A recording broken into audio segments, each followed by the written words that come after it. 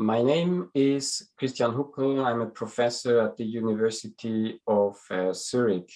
I've been serving as a lead author of the Intergovernmental Panel on Climate Change, the IPCC, for the past 6 assessment report, which has just been published a few weeks ago on the impacts and adaptation of climate change. I have been working on the chapter on mountains in particular, and also on Central and South America. The Intergovernmental Panel on Climate Change, the IPCC, is a UN, United Nations organization.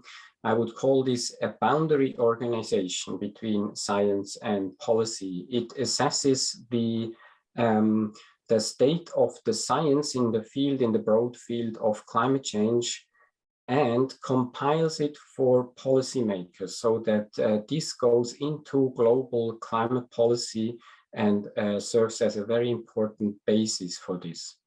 The major findings of the new IPCC report on impacts and adaptation are manifold. We have seen that already now climate change makes a very big impact on ecosystems and also people. For instance, already now worldwide 50% of the populations suffer from every year from seasonal water scarcity, or more than 50% of people in cities are affected by climate change, for instance, for health, lives, and livelihoods. For the future, we have seen that it is the higher we go with warming, the more important and more drastic become the risks. For instance, if we go to a 2.5-degree warming with reference to pre-industrial levels, we have a 16-fold increase in the exposure to heat wave. Or by 2050, something like 1 billion of people will be exposed at risk to related to sea level rise. In terms of adaptation, adaptation is extremely important to reduce the risk, as much as it is important to mitigate and contain climate change. And here we have seen that we already have many important experiences around the world in adaptation. This is very important. But the report clearly says this is not enough. We are not on track with climate change. And especially what is a key finding of the report, that not only for climate mitigation we have a window, also for adaptation, the next 10 years will be critical. We know Central Asia is getting hotter and drier. For instance, it has been found that droughts in the early 21st century are already an important factor for grassland degradation and desertification. And this will in the future be even more important. So it is extremely important that on the one hand, we get more knowledge on the changes of the climate and climate impacts in Central Asia, and there is a high effort to better adapt to climate change in Central Asia. High mountains in Central Asia play a very important role for the region, especially in terms of for water supply and water resources.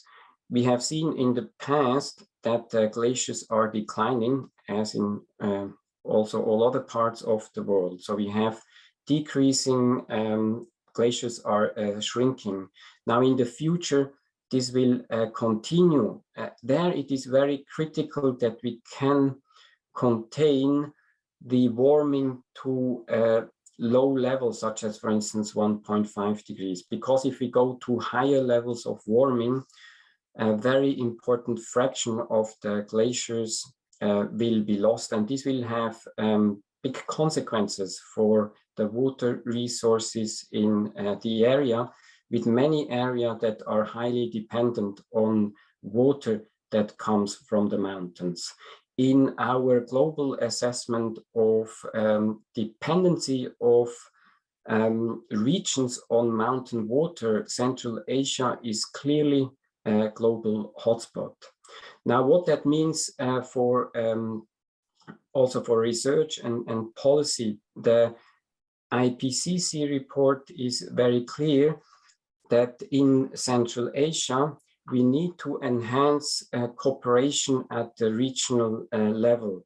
We need to improve institutional and human capacity. We need to improve networks, promote research in climate change impact and adaptation. And I think the project GLOVCA is extremely well positioned to make here a very important impact, not only in individual countries, but really on the regional level. This is very much emphasized in the IPCC report. It is very important to act on different levels. We need action, and the report, the IPCC report, says we need to accelerate adaptation. Now, how is adaptation working? You need to have a good basis of knowledge and understanding to be able then do the right actions.